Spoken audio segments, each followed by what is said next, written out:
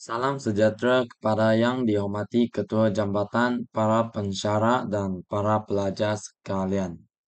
Saya berasa amat bertuah kerana dijemput ke sini untuk berkongsi pandangan saya tentang satu topik yang semakin mendapat perhatian dunia pendidikan masa kini, iaitu penggunaan kecerdasan buatan atau artificial intelligence iaitu AI dalam sesi pembelajaran.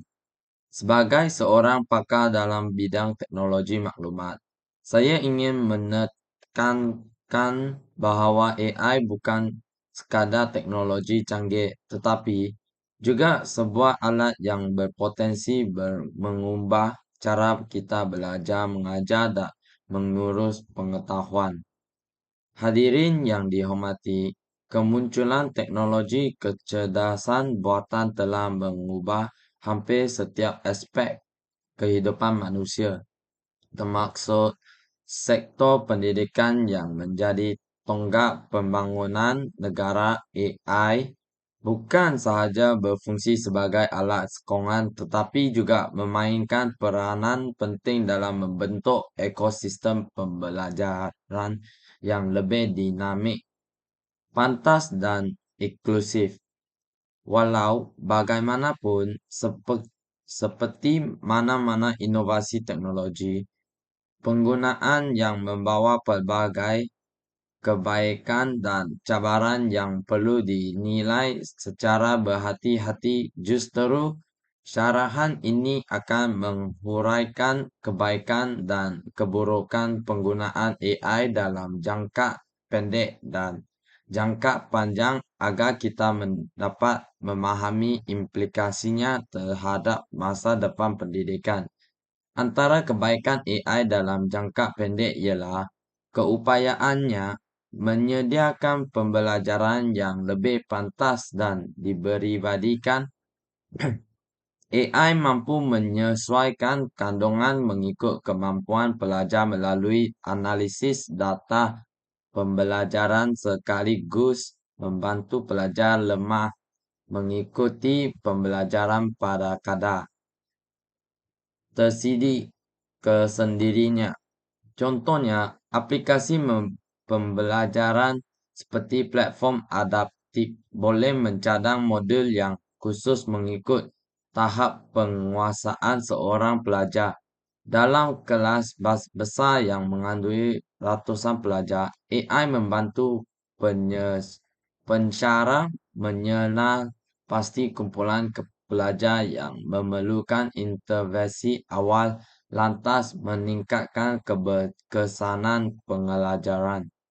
Dalam jangka masa sederhana dan panjang, AI turut membawa manfaat besar melalui peningkatkan kecekapan pensyarah dan institusi pendidikan.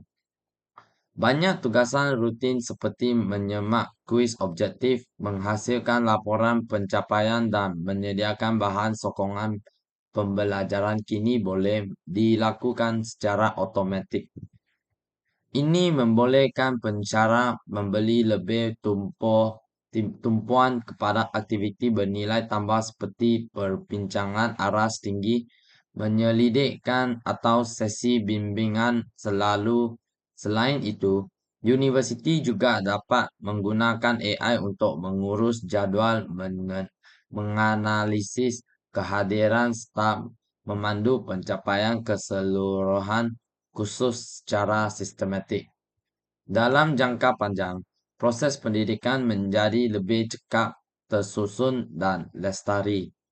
Namun demikian, menggunakan AI juga membawa keburukan jangka pendek yang tidak boleh dipandang ringan, terutama dari segi kebergantungan pelajar kepada teknologi. Terdapat pelajar yang cenderung menyalin jawapan secara langsung daripada aplikasi AI tanpa memahami konsep asas. Fenomena ini menyemakan keupayaan pelajar untuk berfikir secara kritis dan menyelesaikan masalah secara berdikari. Di samping itu, sesetengah sistem AI berpotensi menghasilkan maklumat yang tidak dapat atau mengelirukan jika pelajar tidak mempunyai kemahiran menilai sumber.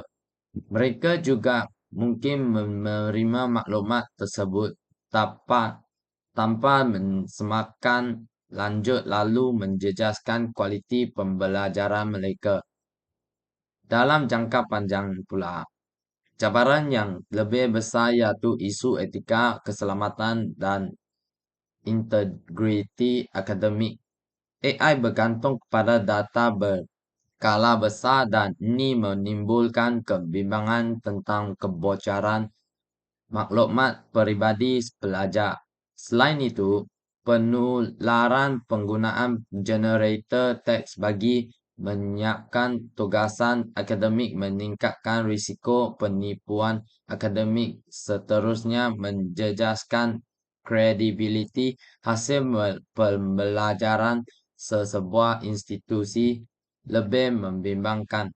Jika menggunakan AI, tidak dikawal hubungan manusia dalam proses pembelajaran mungkin semakin berkurang. Elemen penting seperti nilai empati, motivasi, dan bimbangan moral sukar digantikan oleh mesin meskipun teknologi semakin canggih.